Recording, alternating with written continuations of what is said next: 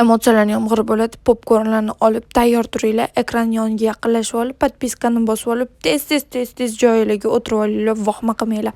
Короче, bizda pardalar ochildi va juda ham chiroyli emotsiya bizda paydo bo'ldi. Har bitta odamlar qo'rqish, u yoq bu yoq hammasi raqsga tushib, просто нереально bo'ldi. Men bunaqa narsalar bilan mayda-chuydalar bilan mashinani ortib hamma narsani aytib berish niyatim yo'q.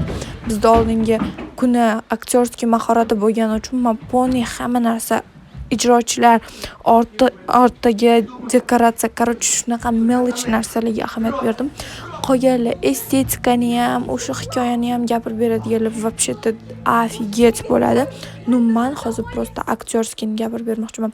O'sha yerdagi qizni mana bu yerda o'ynalgan rol просто нереальный. Hatto даже o'ta yolg'iz azob chekayotgan hayvonlar ham oyoq qo'llari titrab, emotsiyalar вообще-то zo'r bo'ldi. Mamatda даже iztirobdan chekkan, sevgidan kuygan, anaqalar просто нереально. Aktyor, aktrisalar, qizlar qanaqa bunaqa darajada o'ynash mumkin? Просто o'tda bo'tgan narsalarni men tushunib kallam вообще bomba bo'lib chiqdi. Katta emotsiyalarni oldim. Buning uchun albatta debyutga rahmat aytaman. Paka.